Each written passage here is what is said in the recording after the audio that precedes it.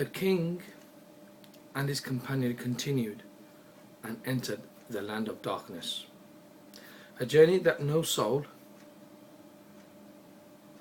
had ever accomplished before them. The companion of the king Dhul-Qurnayn said to him, "Do not part from me. If you were to get lost in this darkness, it will be impossible for us to find each other and our way back." Having entered this area of darkness, the saber lamps provided some light, but it still remained dim, and eventually the two became separated. The companion continued on this journey until he came to the fountain of life. Astounded and amazed at what he saw before his very eyes, he drank the water of immortality from the fountain. He became the soul at this point to gain immortal life. For centuries he roamed the earth, gaining knowledge and wisdom. He practiced what he knew until his Lord taught him what he did not know, a righteous servant of his Lord. He gained in proximity towards his Lord and was granted ilm al-ladunni, known as a divine knowledge which is not contained in any books. Brothers and sisters in Islam, centuries later on, in the time of prophethood and of Hadrat Musa alayhi salam, when Hadrat Musa alayhi salam was giving a sermon to his people, a follower asked him in the crowd, "O Master, who is the most knowledgeable person in the world?"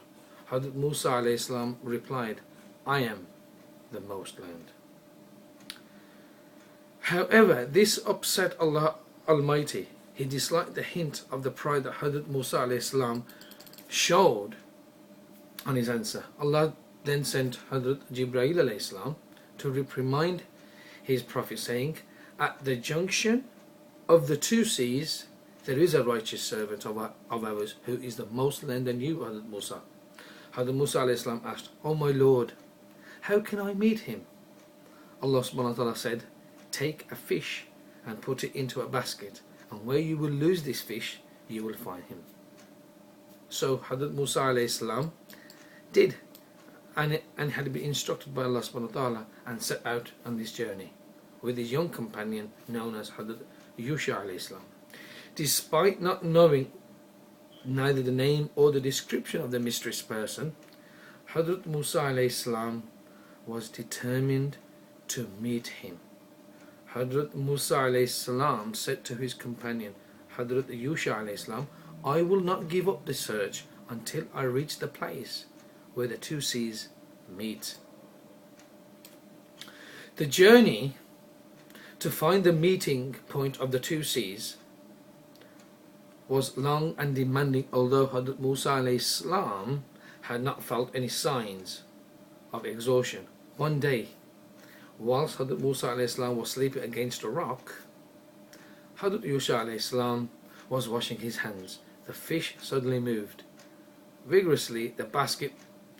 In the basket, it jumped out and slipped into the sea, leaving a mark. Hadrat Yusha alayhi salam forgot to mention this incident to Hadrat Musa alayhi salam.